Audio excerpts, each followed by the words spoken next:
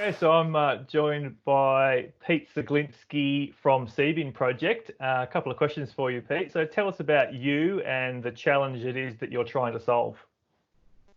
Uh, yeah, so uh, my name's Pete. I'm 41 and I live up on the far north coast in Byron Shire. I've got a couple of kids and we're the challenge we're trying to solve, I guess, is pretty simple. Plastic in our oceans. Not that simple to solve. The problem itself is simple, but solving it is a lot more complicated. But yeah, so we have a small startup called Seabin Project, and we literally combined a garbage bin with a pool skimmer, put it in the water in upstream locations, and yeah, we're operational in 53 countries at the moment, pulling out 3.6 tons of marine litter every day. In more than 800 locations, filtering about 500 million litres of water every day as well for microplastics and oil and plastic fibres and all sorts of nasties. And yeah, in a nutshell, that's kind of who I am and what we're up to. Great. So you just described a little bit about your solution, the Seabin Project. Uh, why will it work? Why will this make such a difference to the challenge that you're trying to solve? Well, in theory, it's not going to work. I mean, technology is not going to solve our problem. So the CBIN itself is not going to solve the problem. What we found is that we actually have to put technology together with prevention and awareness and education. And then from there, we kind of figured that we've got a pretty good start on a full solution. So, you heard the term, like, you got to turn off the tap before you clean it up.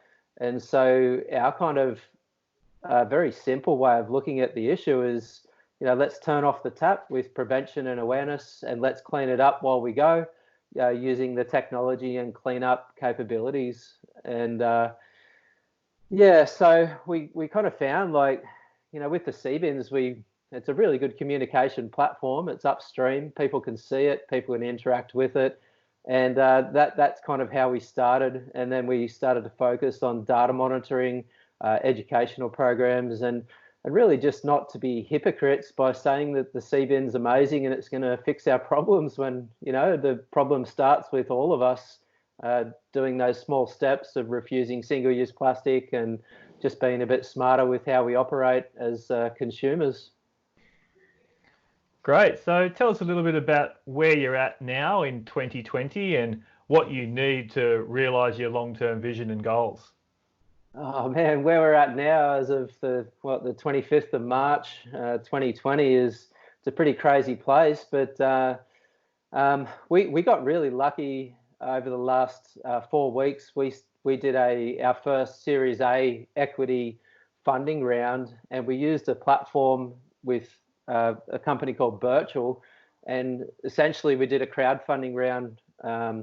And we just raised $1.82 million from 1,791 first-time community investors.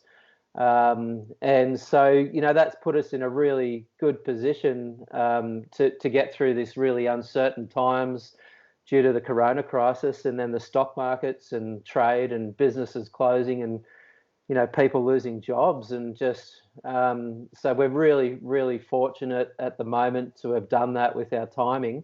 And so what we do need was obviously that capital. We foresee that a lot of our markets and sales will possibly decline for the next 3 to 6 months. But at the same time, the next steps for us are to reshore our manufacturing back to Australia.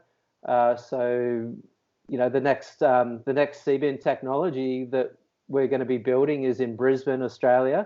We're going to be we've started the process of reusing fishing nets to build the new hardware, and we're also incorporating sensors to start monitoring pH level, dissolvable oxygen, water temperature, and a few other things. And so that, for us, can really lift our game on the data management.